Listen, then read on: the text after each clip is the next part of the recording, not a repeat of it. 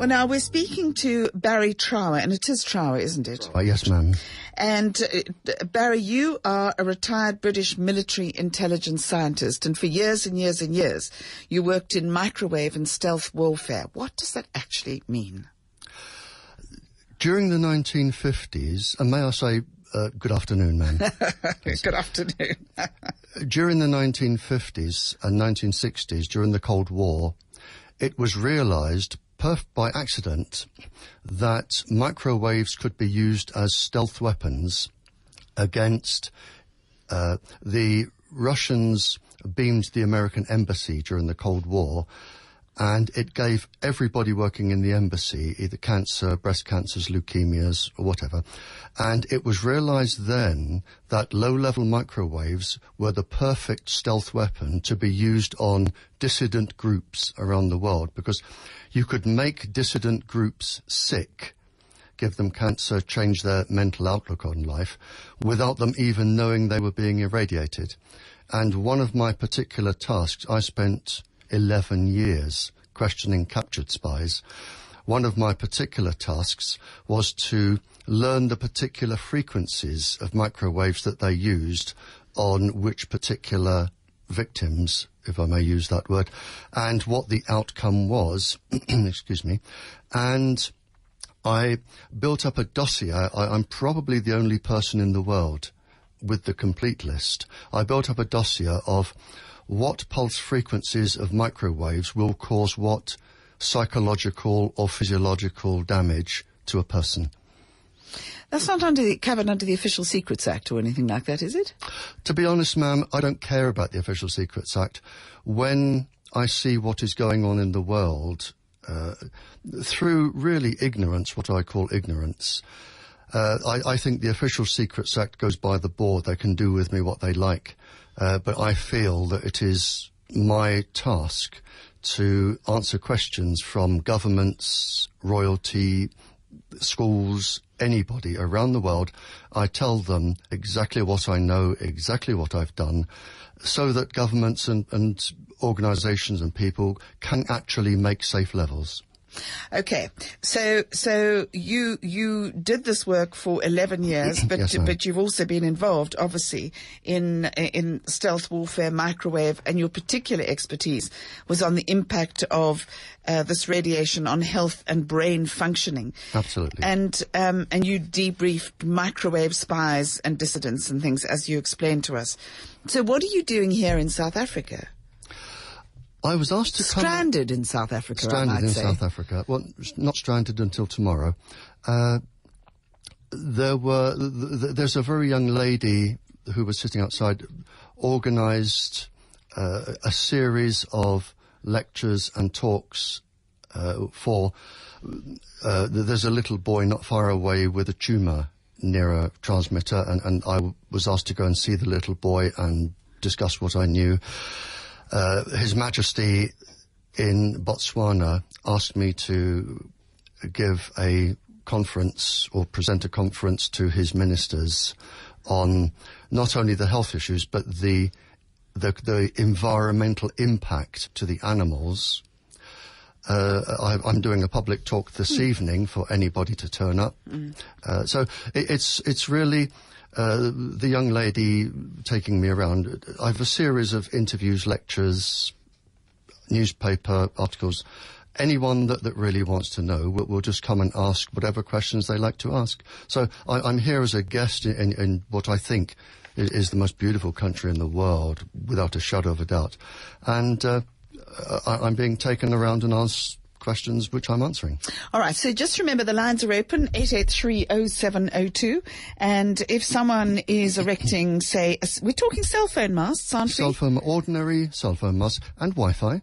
Okay, and Wi-Fi in your office and... Yep, and walkabout telephones, anything which emits microwaves. Okay, so if you've got any questions, give us a call on 883-0702, and we've got an expert here, and he has got information that that very few people, I dare say, are privy to.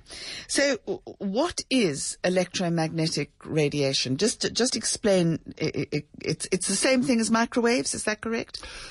The electromagnetic spectrum is a band that goes from gamma rays and X-rays at one end, the very high energy waves, and it comes down through visible light, which is also the same radiation, and then it goes through infrared, microwaves, TV, and radio.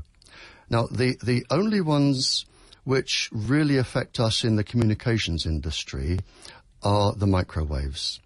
And microwaves have a special ability to interfere with water, which is how microwave ovens work. And we are made of water. All of our chemical and electrical signals involve water in the body somehow, electrical communications in the body. So the industry has picked the worst possible part of the electromagnetic spectrum to give to young children and to adults. And here we're talking about cell phones, for instance. That's what you're talking about. Cell phones, yes, ma'am. So France, for instance, is saying that children should not be given mobile phones under the age of 14, for instance. The European Parliament voted by a large majority to recommend tighter safety standards, and this included Wi-Fi and whatever, but also protecting vulnerable groups like children, pregnant mums as well. Absolutely, ma'am. Can I come back to your first point? Yes. I saw quite a large delegation from France a few years ago, and not just down to me, but they obviously took heed of what I said and went off and checked a few things. But we know now in France, I have it published, that they are pulling Wi-Fi out of every single French school on health grounds. Now, presumably, they wouldn't have done that had they not known or maybe seen the results of Wi-Fi, because Wi-Fi has probably been in schools in France for, 10 years, or is that an exaggeration? I don't know. The answer is I don't know how long Wi-Fi has been in French schools. I do know that they are spending now 174 million euros rewiring Wi-Fi sets with fibre optic cables or ordinary cables because of the risk to the health, mainly to young women. The health risk, and if you care to ask, I'll happily answer. The main risk from Wi-Fi is to young girls, and the main risk which we know to children is to the fetus or the infant. But children are much more vulnerable than adults. With this radiation, the smaller you are, the more you absorb. So the main risk is to young girls and the fetus or the infant. And to young girls, are you talking about sterility, for instance? No, ma'am. It's worse than that, I'm afraid. I don't want to scare your listeners, but I believe in the truth. If I have one of the research papers here. I have 3 research papers. I am a scientific advisor to 5 organizations, which part of my brief is I read international scientific papers, I retranslate them into a language that most people can understand, which is how I advise. Now, to answer your question, ma'am, I have 3 papers showing that low-level microwaves can interfere with the genetics in the ovarian follicles. Now, what that means in everyday language, different from boys, young girls, when they're born, they will have up to 400 eggs in their ovaries. The microwaves can damage the genetic structure, we now know, in those ovaries.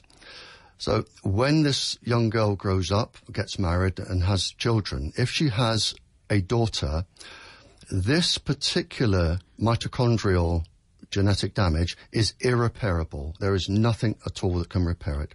So if she has a daughter, the daughter will carry that genetic deformity. And